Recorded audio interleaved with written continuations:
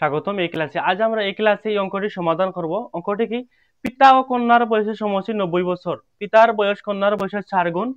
এখানে প্রশ্ন করেছি আমাদের তিনটি। প্রথমটা, কন্যার বয়স কত? তারপরেরটি প্রশ্ন করেছে 5 বছর পর পিতার বয়স কত হবে? 5 বছর পর। তারপর কেন 6 বছর পূর্বে তাদের বয়সের সমষ্টি কত ছিল? তো প্রথমে আমাদের কি বের করতে হবে?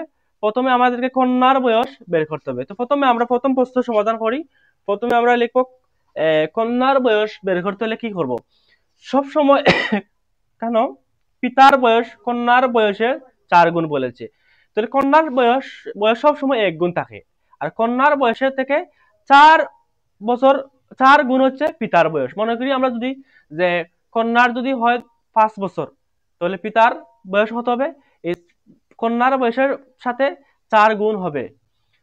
কন্যার বয়স যদি মনে করো 10 বছর হয়, তাহলে 4 গুণ হবে কি পিতার সাথে, অর্থাৎ পিতার বয়স হবে 40 বছর। তাহলে আমরা প্রথমে প্রথম কন্যার বয়স বের করব। তখন লিখতে পারি আমরা যে কন্যার বয়স 1 গুণ, তারপর পিতার বয়স 4 গুণ। তারপরে কেন পিতা ও কন্যার বয়সের সমষ্টি কত হবে? কেন কগুণ? 5 গুণ। লিখতে পারি কন্যা ও পিতার বয়সের সমষ্টি কত গুণ? 5 গুণ। ঠিক আছে, আমরা 5 গুণ। এখন আমরা কন্যার বয়স বের করব। তো কন্যার বয়স কিভাবে বের করব আমরা? অতএব কন্যার বয়স, তো কন্যার বয়স বের করতে হলে প্রথমে কি করব আমরা? এই যে পিতা ও কন্যার বয়সের সমষ্টি কত? কেন 90 বছর দিয়েছে, এই ফার্স্টে যদি আমরা ভাগ করি তাহলে এখানে কত দাঁড়ায়? কত বের হবে? এখানে আমরা এখানে ভাগ করি 5 ভাগ 90, তাই একবার 5 এখানে কত বের হলো? 9 থেকে 5 গেলে কি 4 0 5 8 40, এখানে 40। অর্থাৎ আমরা পেয়েছি কত পেয়েছি? যে কন্যার বয়স হচ্ছে এখানে 18 বছর। ঠিক আছে, 18 বছর এখানে আমরা পেয়েছি কন্যার বয়স। তাহলে আমরা প্রথম প্রশ্ন সমাধান করেছি যে কন্যার বয়স হচ্ছে কত বছর? 18 বছর। এখন দ্বিতীয় প্রশ্ন, 5 বছর পর পিতার বয়স কত হবে? তো পিতার বয়স তো আমরা এখানে দিয়েছে না, এখন আমরা খ নম্বর পিতার বয়স বের করব। তো তারপর কিন্তু 5 বছর পর পিতার বয়স কত হবে এটি বের করব। তো প্রথমে আমরা যে কেন পিতার বয়স তো পিতার বয়স কেন কত? কেন 18। এই যে মেয়ের বয়স হচ্ছে 18, বাবার বয়স হচ্ছে এখানে 18 বছর, মানে 18 যোগ 18 যোগ 18 যোগ 18 মানে 4 গুণ। এজন্য আমরা 18 সাথে 4 কি করব? যে গুণ করব। কেন গুণ করব? কিন্তু প্রশ্নের মধ্যে এখানে আমাদেরকে বলেছে যে কন্যার বয়স যত হবে তার থেকে 4 অত বছর কার 4 গুণ, মানে 4 গুণ বছর কার পিতার, মানে 18 সাথে 4 গুণ হবে। তো 18 সাথে 4 যদি আমরা গুণ করি, 18 গুণ 4 সেটা কত? 32। 32 এ কত? 2 হাতে রইল 3 4 5 6 7, সেটা কত? 32। 32 সরি 2 হাতে রইল কত? 3 4 1 4 5 6 7, 72 বছর। তাহলে পিতার কত বছর? 72 বছর। এখানে কেন কেন পিতার বয়স কত? 72 বছর কেন আমরা বের করেছি। আর কেন কন্যার বয়স কত? 18 বছর। এখানে যদি আবার 18 সাথে 72 যদি পিতা কন্যার বয়স আমরা যোগ করি, কত বছর দাঁড়ায়? 8 9 10 সাথে রইল 1 7 8 9, এই 90 বছর। 90 বছর কিন্তু কেন প্রশ্নের মধ্যেও দিয়েছে পিতা কন্যার বয়স সমস্যা কত? 90 বছর। তো আমরা পিতার বয়স পেয়েছি 72 বছর এবং কন্যার বয়স পেয়েছি কত? 18 বছর। এখন দ্বিতীয় প্রশ্ন খ মতে 2 নম্বর প্রশ্ন আমাদেরকে বলেছে 5 বছর পর পিতার বয়স কত হবে?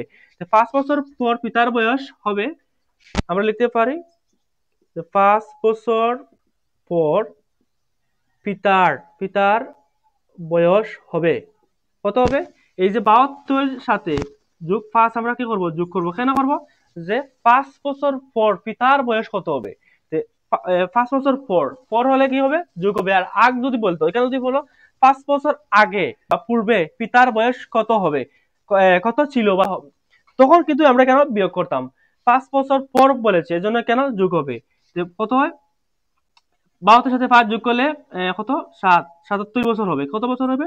77 বছর। 5 6 7 আর 7 7, ঠিক আছে। তো 5 বছর পর পিতার বয়স হবে 77 বছর। এখন আমরা 3 নম্বর প্রশ্ন করব গ। তো 3 নম্বর প্রশ্ন কি বলেছে এখানে 6 বছর পূর্বে তাদের বয়সের সমষ্টি কত হবে? 6 বছর পূর্বে তাদের বয়স সমষ্টি কত ছিল? ছিল বলেছে। তো ছিল বলেছিল মানে আগে, এজন্য আমাদেরকে কি করতে হবে? এই যে কন্যার বয়স থেকে 6 বিয়োগ করতে হবে, আবার পিতার বয়স থেকে কি করতে হবে? 6 বিয়োগ করতে হবে। কেন বিয়োগ করতে হবে? কারণ এখানে 6 বছর পূর্বে মানে আগে কত ছিল বলেছে, আর এখানে বলেছে পিতার বয়স 5 বছর পর কত হবে। 5 বছর পর যদি বলে তাহলে যোগ হবে, আর 5 বছর পূর্বে মানে আগে যদি বলে তাহলে বিয়োগ হবে। এই জিনিসটা বুঝতে হবে। এখন আমরা প্রথমে লিখব কন্যা 6 বছর পর। 6 বছর পর কন্যার বয়স, কন্যার বয়স এই জন্য কি 18 থেকে কত বিয়োগ 6 বিয়োগ হবে। কেন বিয়োগ হবে আমি আগেও বলেছি।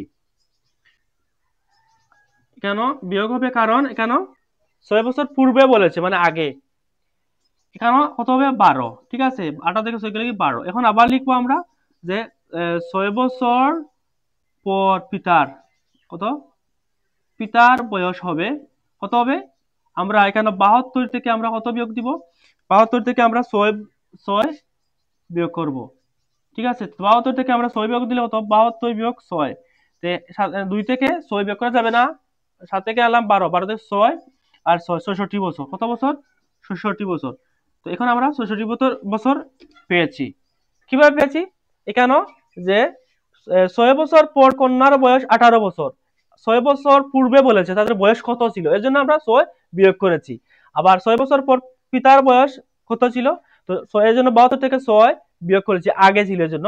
যদি বলতো পরে তাহলে আমরা যোগ করতাম। কেন? পিতার বয়স 5 বছর 5 বছর পর পিতার বয়স কত হবে, এজন্য পরে, এজন্য আমরা আগে যোগ করেছি। তো এখানে আমরা এখন লিখবো আবার, অতএব 6 বছর পর, 6 বছর, সরি কেন 6 বছর পূর্বে পর হবে না, 6 বছর পূর্বে হবে, পূর্বে। ঠিক আছে, পূর্বে হবে। 6 বছর পূর্বে, পূর্বে তাদের তাদের বয়সের সমষ্টি, তাদের বয়সের, বয়সের কি সমষ্টি, সমষ্টি বলেছে। এজন্য কি হবে? এজন্য কি হবে? পিতা, পিতা এবং কন্যার দুইজনের বয়স যোগ হবে। তো যোগ হবে, এখানে আমরা দিলাম পিতার, এখানে পিতার দিলাম 66 এবং কন্যার দিলাম 12 বছর। তাহলে এখানে কত দাঁড়ায়? এখানে আমরা দাঁড়ায় এখানে নোটটা করি। কেন? 66 যোগ কত? 12, 6 7 8 আর 6 78 বছর। কত? 78 বছর পিতা কন্যার। আবার দেখি আমরা যুগটি, এখানে 6 আর 2 কত? 6 7 8 আর 6 আর 1 7, 78 বছর এখানে। ঠিক আছে, আমরা এখানে অঙ্কটি সমাধান করেছি। তো প্রশ্ন ছিল পিতা কন্যার বয়স সমষ্টি 90 বছর, পিতার বয়স কন্যার বয়সের 4 গুণ। এখানে প্রথম প্রশ্ন করেছে ক কন্যার বয়স কত, খ প্রশ্ন করেছে 5 বছর পর পিতার বয়স কত হবে, গ করেছে 6 বছর পূর্বে তাদের বয়সের সমষ্টি কত ছিল। তো এখানে যদি 6 বছর পূর্বে বলে তাহলে পিতার এবং পিতার বা কন্যার বয়স থেকে কি হবে? 6 এর জায়গায় যত বছর বলক এটা বিয়োগ হবে, আর যদি পর বলে তাহলে এটি কি হবে? যোগ হবে। এই জন্য কেন পিতার বয়স কেন 5 বছর পর বলেছে, পর 5 বছর পর, পর বলার কারণে আমরা কি করেছি? যোগ করেছি। আর পূর্বে মানে আগে, আগে বলার জন্য কেন কি করেছি? বিয়োগ করেছি। তো আমরা এই অঙ্কটি সমাধান করেছি। প্রথমে কন্যার বয়স বের করেছি, তারপর পিতার বয়স, তারপর এখানে 6 বছর পর তাদের বয়সের সমষ্টি কত ছিল আমরা এটি বের করেছি। যদি এই ক্লাসটি ভালো লাগে অবশ্যই শেয়ার করবেন যাতে অন্যরা শিখতে পারে, এবং শেখার সুযোগ করে দিবেন, এবং লাইক করবেন। ভালো থাকুন, আল্লাহ হাফিজ।